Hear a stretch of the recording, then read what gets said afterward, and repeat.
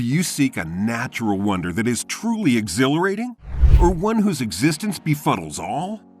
Then the Ijen volcano beckons you with a flame that mystifies all who lays eyes on it. The Blue Mount is a sight to behold, and we know why. Before we get to the root of why the Ijen volcanoes are admired, let's understand their geography. The most stunning, lush, green environment, complete with forests and rice fields, surrounds it, and immediately next to it, two more mountains envelop it. Meranti and Merapi. The Ijen volcano complex is a collection of composite volcanoes that is situated in East Java, Indonesia, between the Banyuwangi and the Bondowoso regencies. The stratovolcano Gunung Merapi is the volcano complex's highest point, while Ijen's caldera is approximately 12 miles wide. It has an acidic crater lake that is 0.62 miles wide and turquoise in color. The web had become ablaze with French photographer Olivier Grunwald's breathtaking images of Kawah Ijen volcano back in 2014. The images were obtained without the use of any filters or artificial manipulation during the filming of a new documentary he released alongside Regis Ijen, president of the Geneva Society for Volcanology.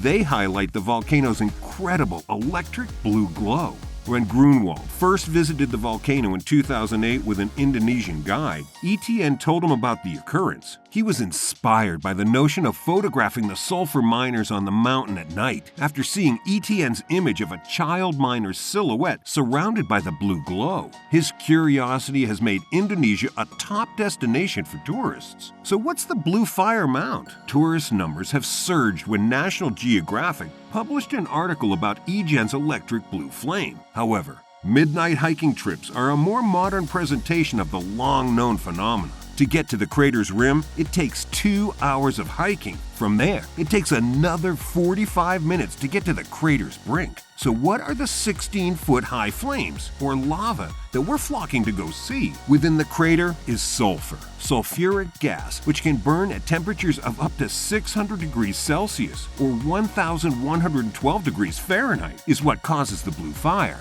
In other words, the blue flame is actually just ignited sulfur. Some of the gas condenses to liquid and can reignite, causing the flames to reach heights of up to 5 meters. It looks like lava, but it is actually an electric blue flame. These fires frequently burn on Indonesia's Kawah Ijen volcano, where they are the most extensively observed. The reason is labeled falsely as lava is an understandable mistake. Occasionally, when it burns, it pours down the rock face, giving the impression that blue lava is gushing down the mountainside. Given how eclectic and surreal this phenomenon is, the local people have given it an appropriate name: Api Biru, blue fire. The fires are virtually only visible at night because of the blue color of the flames, as they are otherwise undetectable during the day. So what's the best and worst time to visit it? Hold up, let's guide you to when you can see the flames best in all its glory. The ideal time to see the blue fire in the Ijen crater is 1 hour after sunset and 1 hour before sunrise, because when the sky is dark, the blue color will appear more clearly.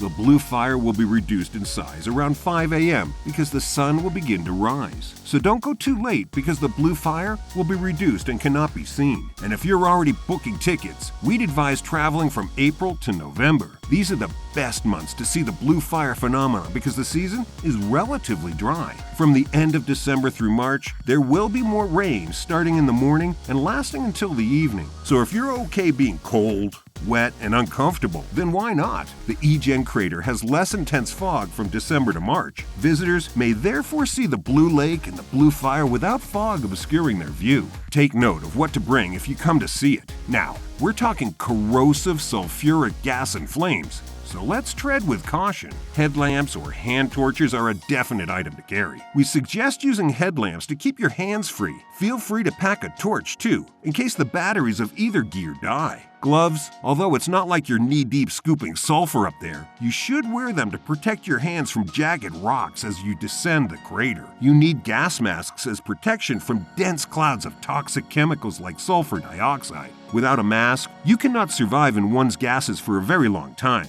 If you run into any of those deadly gases on the day of your climb, it all depends on the wind. But it's not free of faults. Sadly, The Ijen crater's potential for geothermal energy and its natural beauty are overshadowed by a threat to the millions of people who have settled near the East Java volcano. But this idyllic location that's caught our attention has some dark truths. A labor-intensive sulfur mining facility is located near the lake where sulfur-filled baskets are manually transported from the crater floor. Considering the expense of living in the area, the work is quite demanding, yet pays well. Workers must travel about 3 kilometers to the nearby Pultuding Valley to receive payment for their loads of sulfur chunks after exiting the crater. For usage in the food and chemical industries, these miners harvest sulfuric rock, which is created after the blue flames have died down and the sulfur gas has cooled and fused with the lava to form solidified rock. The hardiest of these men work nights in the electric blue light of the sulfuric acid emitted by the volcano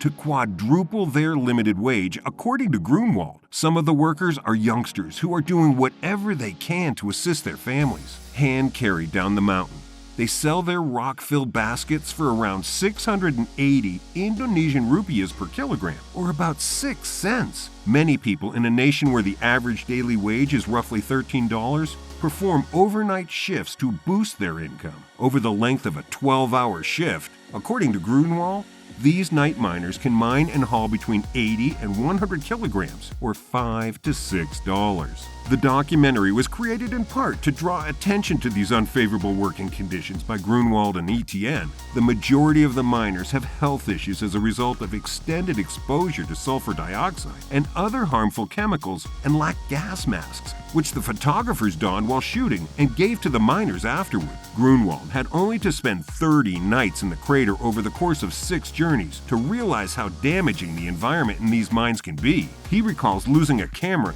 and 2 lenses that had been damaged by acid during his first trip. Our skin continued to smell of sulfur for up to 3 weeks after we returned home. The blue flames appear strikingly stunning in his photographs, almost otherworldly. However, the sulfur dioxide is very real for the miners, who spend months or years at the volcano, and the health implications of chronic exposure, throat and lung irritation, breathing difficulties, and a tendency toward lung disease can be disastrous. Have we scared you? Are you up for a challenge? Many guided trips are available to the Ijen volcano, and some of them depart from the neighboring island of Bali. The island of Java is accessible by ferry. The 4-hour drive to the boat at Bali's Gilimanuk port marks the start of this tour. Visitors dine locally before departing toward Mount Ijen's Blue Fire. In addition to eating macadamia nuts and Arabica or luwak coffee, hotel guests can pick and consume strawberries from the plantations run by the estate company, according to Ardi.